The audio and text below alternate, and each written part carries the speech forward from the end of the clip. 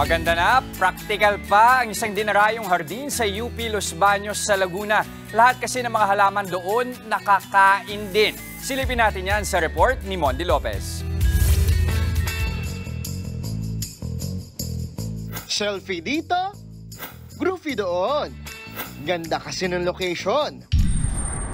Pero teka, ang mga halaman dito, bakit biglang kinakain na nila? Halaka! Don't you worry! Welcome to the Edible Garden of UPLB.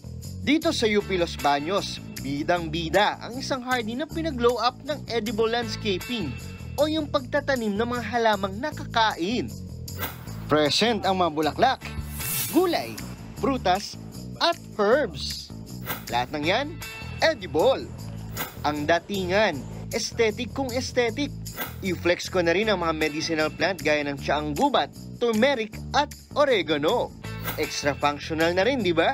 Sa ngayon, aabot sa mahigit 50 species ang nakatanim sa edible garden. Yung pinapractice namin sa edible garden ay 70% edible plants at 30% na non-edible. However, yung 30% ay pwede siyang natural pesticide, pagtaboy ng mga insekto.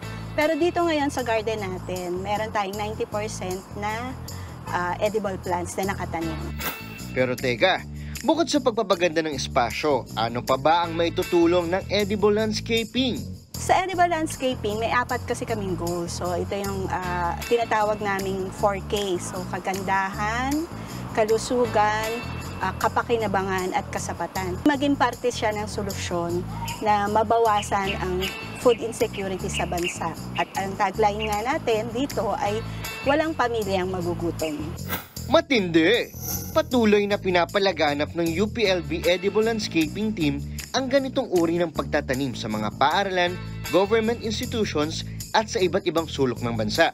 Pati ang mga dayuhang plantita at plantito na engganyong dumayo rito para matuto. Aba-aba, di ako papahuli. At nandito tayo ngayon sa UPLB para subukan ang tinatawag nilang edible landscaping. Sa harap ko makikita nyo may dalang uri ng variety ng kamote. Kailangan daw ipitin lang para maging compact. Tapos tatak-tak. Tapos lagay na natin sa plastic container. Ayan, marunong tayo magtanim. Kasi yung pandemic, naging plantito tayo. Madali lang pala. At kung wala ka namang bakuran, pwede ka pa rin magtanim gamit ang plastic container at mga vertical planter sa loob ng iyong bahay. Ayon sa report ng United Nations, may 51 milyong Pilipino ang nakaranas ng kawalan ng pagkain. Pinakamataas na tala sa Southeast Asia. At kung gagawin nga raw natin ang edible landscaping ng mga taga-UPLB, posibleng wala nang magugutom. Happy planting and eating mga kapatid! Mondi Lopez, News 5. Mga kapatid, Jess De Los Santos po. Iba na ang may alam at may pakialam sa panahon ngayon.